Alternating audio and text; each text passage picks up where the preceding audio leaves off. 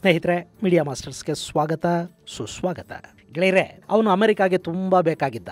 ಅವನ ತಲೆ ಮೇಲೆ $7 ಮಿಲಿಯನ್ ಬಹುಮಾನ ಘೋಷಣೆ ಆಗಿತ್ತು. ಅಮೆರಿಕದ ಸುಮಾರು 300 ಸೈನಿಕರು ಹಾಗೂ ಪ್ರಜೆಗಳ ಸಾವಿಗೆ ಅವನು ಕಾರಣ ಆಗಿದ್ದ. ಅವನು ಹೆಜ್ಬುಲ್ಲಾ ಪಡೆಗಳ ಸಂಸ್ಥಾಪಕರ ಪೈಕಿ ಒಬ್ಬನಾಗಿದ್ದ ಮತ್ತು ಹೆಜ್ಬುಲ್ಲಾದ 2ನೇ ಮುಖ್ಯಸ್ಥ ಕೂಡ ಆಗಿದ್ದ. ಪೇಜರ್ ಅಟ್ಯಾಕ್ ಅಲ್ಲಿ ಗಾಯಗೊಂಡಿದ್ದ, ಆಸ್ಪತ್ರೆಯಿಂದ ಬದುಕಿ ಹೊರಬಂದಿದ್ದ, ಪ್ಯಾಲೆಸ್ತೀನಿ ಹಾಗೂ ಹೆಜ್ಬುಲ್ಲಾ ಪಡೆಗಳ ಜೊತೆ ಮೀಟಿಂಗ್ ಮಾಡ್ತಾ ಇದ್ದ, ಇಸ್ರೇಲ್ ಮೇಲೆ ಹೇಗೆ ದಾಳಿ ಮಾಡಬೇಕು ಅನ್ನೋ ಬಗ್ಗೆ ಪ್ಲಾನ್ ರೆಡಿ ಮಾಡ್ತಿದ್ದ. ಅಷ್ಟರಲ್ಲಿ ಇಸ್ರೇಲಿ ರಾಕೆಟ್ ಒಂದು ಅವನಿದ್ದ ಕಟ್ಟಡದ ಮೇಲೆ ಬಿತ್ತು. ಬೂಮ್! ಅಷ್ಟೇ. ಅವನು ಸೇರಿದ ಹಾಗೆ ಒಟ್ಟು 15 ಮಂದಿ ಹೆಜ್ಬುಲ್ಲಾಗಳು ಕಟ್ಟಡದ ಅವಶೇಷಗಳಲ್ಲಿ ಲೀನ ಆದರು. ಅವನ ಸಾವಿನ ಬಗ್ಗೆ ಗೊತ್ತಾಗೋ ಹೊತ್ತಿಗೆ ಹೆಜ್ಬುಲ್ಲಾ ಪಡೆಯ ಇನ್ನೂ ಒಬ್ಬ ಸೀನಿಯರ್ ಕಮಾಂಡರ್ ಕೂಡ ಮಣ್ಣಾದ ವಿಷಯ ಗೊತ್ತಾಯಿತು. ಹಾಗಾದ್ರೆ ಯಾರು ಈ ಮೋಸ್ಟ್ ವಾಂಟೆಡ್ ಹೆಜ್ಬುಲ್ಲಾ ಕಮಾಂಡರ್? ಹಾಗೆ ಲೆಬನಾನ್ನಲ್ಲಿ ಇಸ್ರೇಲ್ ಪೇಜರ್ ಸ್ಫೋಟ ಮಾಡ್ತಲ್ಲ, ಅದಕ್ಕೂ ಕೇರಳಕ್ಕೂ ಇರೋ ಕನೆಕ್ಷನ್ ಎಂಥದ್ದು ಅನ್ನೋದನ್ನು ಕೂಡ ನಾವಿಲ್ಲಿ ನೋಡೋಣ.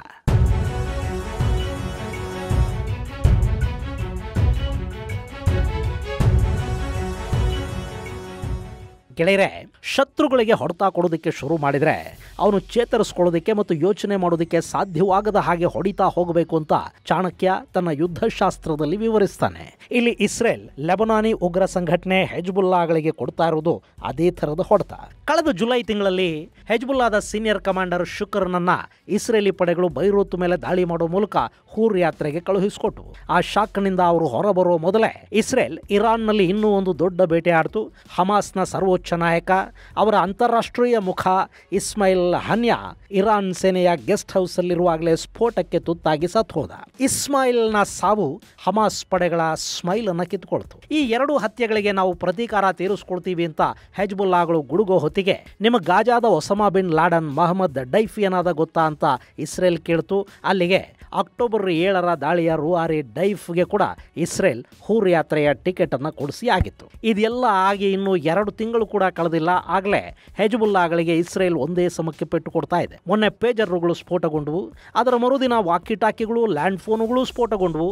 ಹೆಜ್ಬುಲ್ಲಾ ಏನಾಗ್ತಿದೆ ಅನ್ನೋದನ್ನ ಅರ್ಥ ಮಾಡ್ಕೊಳ್ಳೋ ಮೊದಲೇ ಲೆಬನಾನ್ನ ರಾಜಧಾನಿ ಬೈರೂತ್ ಮೇಲೆ ಇಸ್ರೇಲ್ ವಾಯುದಾಳಿಯನ್ನು ಆರಂಭ ಮಾಡಿತು. ಈ ದಾಳಿ ಹೆಜ್ಬುಲ್ಲಾ ಪಡೆಗಳ 2 ಸೀನಿಯರ್ ಕಮಾಂಡರ್ಗಳನ್ನ ಬಲಿ ತಗೊಂಡಿದೆ ಮತ್ತು 60ಕ್ಕೂ ಹೆಚ್ಚು ಜನ ಆ ದಾಳಿಯಲ್ಲಿ ಸಾವಿಗೀಡಾದರು ಅಂತ ಹೇಳಲಾಗ್ತಾ ಇದೆ. ಇಸ್ರೇಲ್ ಜನವಸತಿಗಳ ಮೇಲೆ ದಾಳಿ ಮಾಡುವ ಮೂಲಕ ಎಲ್ಲ ಯುದ್ಧದ ನಿಯಮಗಳನ್ನ ಮೀರ್ತಾ ಇದೆ ಅಂತ ಹೆಜ್ಬುಲ್ಲಾ ಆರೋಪ ಮಾಡಿದ್ರೆ, ಜನವಸತಿಗಳಲ್ಲಿ ಮಾತ್ರ ಅಲ್ಲ, ನೀವು ಪಾತಾಳದಲ್ಲಿ ಅಡಗಿಕೊಂಡಿದ್ರೂ ನಾವು ಬಿಡೋದಿಲ್ಲ ಅಂತ IDF ಹೇಳ್ತಾ ಇದೆ. ಅಂದಹಾಗೆ ಈ ದಾಳಿಯಲ್ಲಿ ಹೆಜ್ಬುಲ್ಲಾ ಪಡೆಯ ಸಂಸ್ಥಾಪಕರ ಪೈಕಿ ಒಬ್ಬನಾದ ಇಬ್ರಾಹಿಂ ಅಖಿಲ್, 2ನೇ ಮುಖ್ಯಸ್ಥ ಕಮಾಂಡರ್ ಮೊಹಮ್ಮದ್ ವಹೀಬ್ ಇಬ್ರು ಸಾವಿಗೀಡಾಗಿದ್ದಾರೆ ಅಂತ ಹೆಜ್ಬುಲ್ಲಾ ಹೇಳ್ಕೊಂಡಿದೆ. ಈ ಅಹ್ಮದ್ ವಹೀಬ್ ಹೆಜ್ಬುಲ್ಲಾ ಪಡೆಯ ಅತ್ಯಂತ ನಟೋರಿಯಸ್ ಟೀಮುಗಳ ಪೈಕಿ ಒಂದಾದ ರದ್ವಾನ್ ಫೋರ್ಸ್ ಅನ್ನ ಇಸ್ರೇಲ್ ವಿರುದ್ಧ ಹಮಾಸ್ಗೆ ಬೆಂಬಲವಾಗಿ ಲೀಡ್ ಮಾಡ್ತಾ ಇದ್ದ ಅಂತ ಹೆಜ್ಬುಲ್ಲಾ ತಿಳಿಸಿದೆ.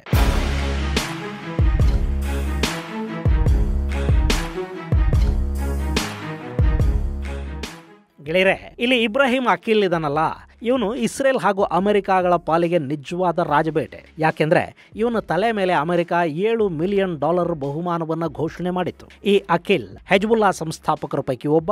1960ರಲ್ಲಿ ಲೆಬನಾನ್ನ ಬೇಕಾ ಅನ್ನೋ ಗ್ರಾಮದಲ್ಲಿ ಹುಟ್ಟಿದ್ದ ಈ ಅಖಿಲ್ ಆರಂಭದ ದಿನಗಳಲ್ಲಿ ಅಲ್ಲಿನ ಶಿಯಾ ಸಂಘಟನೆ ಅಮಲ್ ಜೊತೆ ಗುರುತಿಸಿಕೊಂಡಿದ್ದ.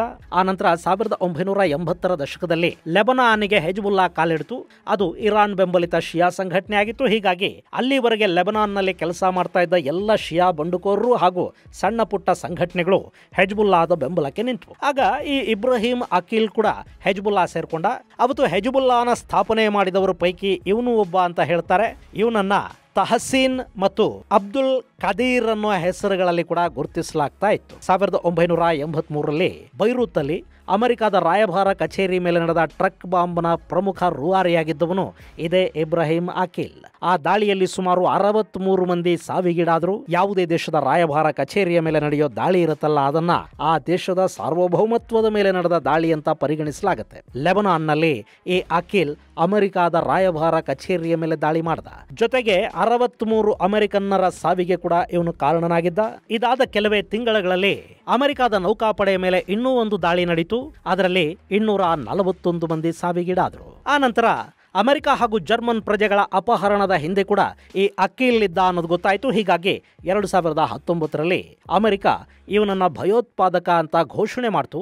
ಇವನ ತಲೆಗೆ $70 ಲಕ್ಷ ಬಹುಮಾನವನ್ನು ಕೂಡ ಘೋಷಿಸಿತು. ಆದರೆ ಲೆಬನಾನ್ನ ರಾಜಧಾನಿ ಬೈರೂತಲ್ಲಿ ಹೆಜ್ಬುಲ್ಲಾ ಪಡೆಗಳ ರಕ್ಷಣೆಯಲ್ಲಿ ಇರಾನಿನ ಕಣ್ಗಾವಲಲ್ಲಿ ವಾಸ ಮಾಡ್ತಾ ಇದ್ದ ಈ ಅಕೀಲ್ನನ್ನ ಬಂಧಿಸೋದಕ್ಕೆ ಅಮೆರಿಕಾಗೆ ಸಾಧ್ಯ ಆಗಿರಲಿಲ್ಲ.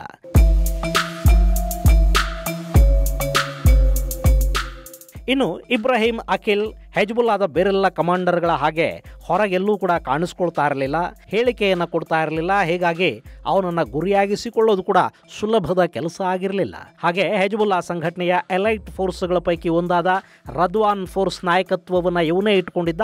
ಈ ರದ್ವಾನ್ ಫೋರ್ಸ್ ಗಡಿಯ ಆಚೆಗಿನ ದಾಳಿಗಳನ್ನು ಮಾಡುತ್ತೆ.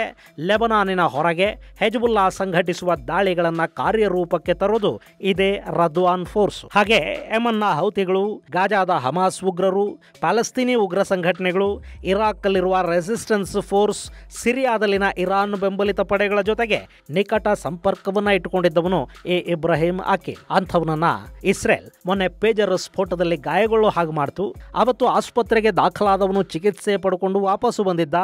ಅಂಥ ದೊಡ್ಡ ಸಮಸ್ಯೆ ಕೂಡ ಅವನಿಗೇನು ಆಗಿರಲಿಲ್ಲ. ಹೀಗಾಗಿ ಪೇಜರ್ ಹಾಗೂ ವಾಕಿಗಳ ಮೂಲಕ ಇಸ್ರೇಲ್ ಮಾಡಿದ ದಾಳಿಗೆ ಪ್ರತೀಕಾರವನ್ನ ಹೇಗೆ ತೀರಿಸ್ಕೋಬೇಕು ಅನ್ನೋ ಬಗ್ಗೆ ಬೈರೂತ್ನ ದಕ್ಷಿಣ ಭಾಗದಲ್ಲಿನ ದಹಿಯಾ ಅನ್ನೋ ಕಡೆ ಒಂದು ಸಭೆ ನಡೀತಾ ಇತ್ತು.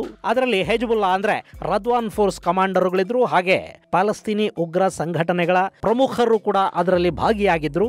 ಅವರು ಮುಂದಿನ ಕಾರ್ಯಚಟುವಟಿಕೆಗಳ ಬಗ್ಗೆ ಮಾತುಕತೆಗಳನ್ನು ನಡೆಸ್ತಾ ಇರುವಾಗಲೇ ಇಸ್ರೇಲ್ ಏರ್ ಸ್ಟ್ರೈಕ್ ಮಾಡ್ತು. ಆ ದಾಳಿಯಲ್ಲಿ 2 ಕಟ್ಟಡಗಳು ಸಂಪೂರ್ಣವಾಗಿ ಧ್ವಂಸವಾಗಿ ಹೋದ್ವು.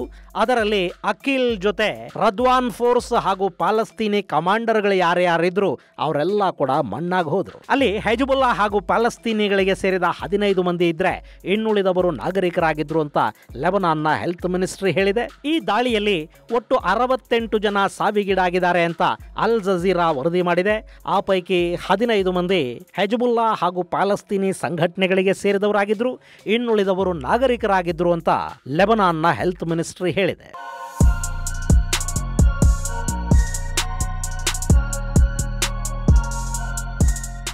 ಇನ್ನು ಅಕೀಲ್ ಸಾವನ್ನ IDF ಕೂಡ ದೃಢಪಡಿಸಿದೆ. ಕಟ್ಟಡದ ನೆಲಮಾಳಿಗೆಯಲ್ಲಿ ಅವರು ಮೀಟಿಂಗ್ ಮಾಡ್ತಾ ಇದ್ರು. ಅಲ್ಲಿ ಕೂಡ ನಾಗರಿಕರನ್ನ ಶೀಲ್ಡ್ಗಳ ಥರ ಬಳಸಿಕೊಳ್ಳುವ ಕೆಲಸವನ್ನ ಹೆಜ್ಬುಲ್ಲಾ ಮಾಡಿತ್ತು ಅಂತ ಇಸ್ರೇಲ್ನ ಸೇನಾ ವಕ್ತಾರರು ತಿಳಿಸಿದ್ದಾರೆ. ಇನ್ನು ಈ ಹೆಜ್ಬುಲ್ಲಾ ಕಳೆದ ಅಕ್ಟೋಬರ್ನಿಂದ ಇಲ್ಲಿವರೆಗೆ ಇಸ್ರೇಲ್ ಮೇಲೆ ಸುಮಾರು 8,000ಕ್ಕೂ ಅಧಿಕ ರಾಕೆಟ್ಗಳ ದಾಳಿ ಮಾಡಿದೆ. ಮೊನ್ನೆ ಕೂಡ ಪೇಜರ್ ಅಟ್ಯಾಕ್ ನಡೆದ ನಂತರ ಲೆಬನಾನ್ ಕಡೆಯಿಂದ 200 ರಾಕೆಟ್ಗಳು ಇಸ್ರೇಲ್ನ ಉತ್ತರ ಭಾಗದಲ್ಲಿ ಬಿದ್ದಿವೆ. ಹಾಗೆ ಇಸ್ರೇಲ್ ಆ ಭಾಗದಲ್ಲಿನ 60,000 ಮಂದಿಯನ್ನ ಸ್ಥಳಾಂತರ ಮಾಡಿ ಸುರಕ್ಷಿತ ಪ್ರದೇಶಗಳಿಗೆ ಕಳುಹಿಸಿಕೊಟ್ಟಿದೆ. ಇನ್ನು ಗೆಳೆಯರೆ, ಮೊನ್ನೆ ಲೆಬನಾನ್ನಲ್ಲಿ ಪೇಜರ್ ಸ್ಫೋಟ ಆಯ್ತಲ್ಲ, ಅದರ ಕಾಂಟ್ಯಾಕ್ಟುಗಳು ಕೇರಳದವರೆಗೆ ವಿಸ್ತರಿಸಿಕೊಂಡಿರುವ ಸುದ್ದಿಗಳು ಬರ್ತಾ ಇವೆ. ಈ ಘಟನೆಗೆ ಸಂಬಂಧಪಟ್ಟ ಹಾಗೆ ವಯನಾಡು ಬಳಿಯ ಮಾನಂತವಾಡಿಯ ರಿನ್ಸನ್ ಜೋಸ್ ಅನ್ನೋ 37 ವರ್ಷದ ಯುವಕನ ಕುಟುಂಬದ ಬಗ್ಗೆ ಅಲ್ಲಿನ ಸ್ಪೆಷಲ್ ಬ್ರಾಂಚ್ ಪೊಲೀಸರು ಮಾಹಿತಿಯನ್ನ ಸಂಗ್ರಹಿಸಿದ್ದಾರೆ. ಈ ರಿನ್ಸನ್ ಜೋಸ್ ಪಾಂಡಿಚೇರಿ ಯೂನಿವರ್ಸಿಟಿಯ MBA ಪದವೀಧರ. ಹಾಗೆ ನಾರ್ವೆಯ ಓಸ್ಲೋ ಮೆಟ್ರೋಪಾಲಿಟನ್ ಯೂನಿವರ್ಸಿಟಿಯಲ್ಲಿ ಇಂಟರ್ನ್ಯಾಷನಲ್ ಸೋಷಿಯಲ್ ವೆಲ್ಫೇರ್ ಹಾಗೂ ಹೆಲ್ತ್ ಪಾಲಿಸಿಯಲ್ಲಿ ಮಾಸ್ಟರ್ಸ್ ಪದವಿಯನ್ನು ಪಡ್ಕೊಂಡಿದ್ದಾರೆ. ಹೀಗೆ ನಾರ್ವೆಗೆ ಹೋದ ನಂತರ ಆತ ಅಲ್ಲೇ ನೆಲೆಗೊಂಡಿದ್ದು ಅಲ್ಲೊಂದು ಜಾಬ್ ಕನ್ಸಲ್ಟೆನ್ಸಿಯನ್ನ ನಡೆಸ್ತಾ ಇದ್ದ ಬಗ್ಗೆ ಮಾಹಿತಿ ಸಿಕ್ಕಿತ್ತು. ಹಾಗೆ ಇತ್ತೀಚೆಗೆ ಅಲ್ಲಿನ ನೋರ್ಟಾ ಲಿಂಕ್ ಅನ್ನೋ ಸಂಸ್ಥೆಯಲ್ಲಿ ಜೋಸ್ ಕೆಲಸ ಮಾಡ್ತಾ ಇರುವುದಾಗಿ ಆತನ ಫೇಸ್ಬುಕ್ ಅಕೌಂಟ್ ಮಾಹಿತಿ ತಿಳಿಸ್ತಾ ಇದೆ. ಈ ಜೋಸ್ ಬಗ್ಗೆ ಕೇರಳದ ಸ್ಪೆಷಲ್ ಬ್ರಾಂಚ್ ಪೊಲೀಸರು ಮಾಹಿತಿ ಕಲೆ ಹಾಕೋದಕ್ಕೆ ಶುರು ಮಾಡಿದ್ದಾರೆ. ಜೋಸ್ ಕುಟುಂಬ ವಯನಾಡುನಲ್ಲಿ ಇದೆ. ಆದರೂ ಜೋಸ್ ಈಗ ನಾರ್ವೆ ಪ್ರಜೆ. ಹೀಗಾಗಿ ಆತನ ಬಗ್ಗೆ ಮಾಹಿತಿ ಸಂಗ್ರಹಿಸುವ ಕೆಲಸವನ್ನ ಇಲ್ಲಿನ ಪೊಲೀಸರು ಮಾಡಬಹುದೇ ಹೊರತು ಅದಕ್ಕಿಂತ ಇನ್ನೇನು ಮಾಡೋದಕ್ಕೆ ಬರೋದಿಲ್ಲ. ಇನ್ನು ಈ ಘಟನೆ ನಡೆದಿರೋದು ಭಾರತದಲ್ಲ. ಹೀಗಾಗಿ ಜೋಸ್ ಬಗ್ಗೆ ಕೇರಳದ ಪೊಲೀಸರು ಯಾವ ಕಾನೂನು ಕ್ರಮಗಳನ್ನು ಕೈಗೊಳ್ಳುವುದಕ್ಕೆ ಸಾಧ್ಯ ಆಗೋದಿಲ್ಲ. ಹಾಗೆ ಪೇಜರ್ ಸ್ಫೋಟದಲ್ಲಿ ಜೋಸ್ ಪಾತ್ರ ಏನು ಅನ್ನೋ ಬಗ್ಗೆ ಕೂಡ ಕೇರಳದ ಪೊಲೀಸರು ಸಂಪೂರ್ಣ ಮಾಹಿತಿಯನ್ನು ಹೊರಹಾಕಿಲ್ಲ. ಆದರೆ ಜೋಸ್ ಕುಟುಂಬದ ಬಗ್ಗೆ ಪೊಲೀಸರು ಮಾಹಿತಿಯನ್ನ ಸಂಗ್ರಹಿಸಿರುವ ಬಗ್ಗೆ ಹಿಂದೂ ಒಂದು ವರದಿಯನ್ನ ಪ್ರಕಟಿಸಿದೆ.